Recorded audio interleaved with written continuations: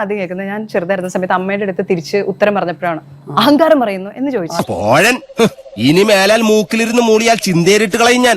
എന്തോ അവിടെ നിന്ന് കേട്ട് തുടങ്ങി തിരിച്ചു പറഞ്ഞു. പക്ഷെ ഇത് ആമ്പിള്ളേര് പറയുമ്പോ പലപ്പോഴും ഇല്ല. നിങ്ങൾ അങ്ങനെ ഒരു വർത്താനം അല്ലല്ല, നിങ്ങൾ എന്തോ മനസ്സിൽ വെച്ച് പറയാനുള്ളത്. സ്ത്രീക്ക് അഹങ്കാരം ഒരു തെറ്റാണോ? സ്ത്രീക്ക് അഹങ്കാരം വരാൻ പാടില്ലേ? ഇല്ല, അഹങ്കാരം ഉള്ളതുകൊണ്ട് ഞാൻ നന്നായത്. അതായത് വെന്നെവർ എനിക്ക് 7 വയസ്സായ സമയത്ത് ഞാൻ തീരുമാനിച്ചു എന്റെ മോളുടെ പേരെന്താണ്. പകച്ചുപോയി എന്റെ ബാല്യം. പോകുമ്പോ പിന്നെ 17 വയസ്സ് കഴിഞ്ഞു, 27 അപ്പോഴും ഞാൻ എന്നോട് ഞാൻ മിക്കവാറും അഡോപ്റ്റ് ആയിരിക്കും കേട്ടോ അമ്മ ചെയ്യുക. അതായത് പൊരുത്തപ്പെട്ടൊന്നും നടക്കുന്നില്ല എന്തായാലും. അപ്പൊ പിന്നെ ഇനി എനിക്ക് തോന്നുന്നത് if I want to be a mother I might have to adopt and I know her name. ഞാൻ അച്ചുകുത്തി എന്റെ ദേഹത്ത് എന്റെ മോളുടെ പേരുണ്ട്. ഒരു പ്രത്യേക ജീവിതല്ലേ കാണാൻ പറ്റുന്ന വല്ലയിടത്തുമാണ്. ആണ് അതൊക്കെ ഉണ്ട്. പക്ഷെ ഇപ്പൊ റൈറ്റ് നൗ ഐ കാൺട്ട്.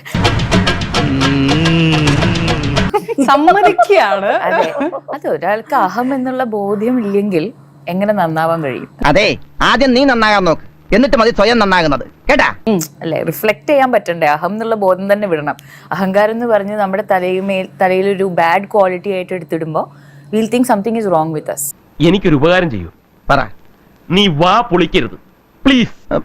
അപ്പൊ നമ്മളുടെ ഉള്ളിൽ എന്തോ റോങ് ആണെന്ന് ആദ്യേ ഒന്ന് പതിഞ്ഞു കഴിഞ്ഞാൽ പിന്നെ നമ്മൾ നന്നാവില്ല, നമ്മൾ വളരില്ല.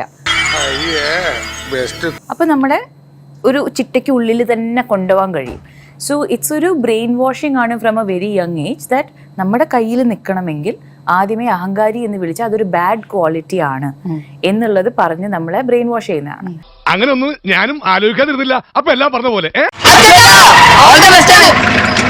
താങ്ക്സ് മോനെ ദിനേശ, താങ്ക്സ് അടിച്ചു പൊളിക്കടാ.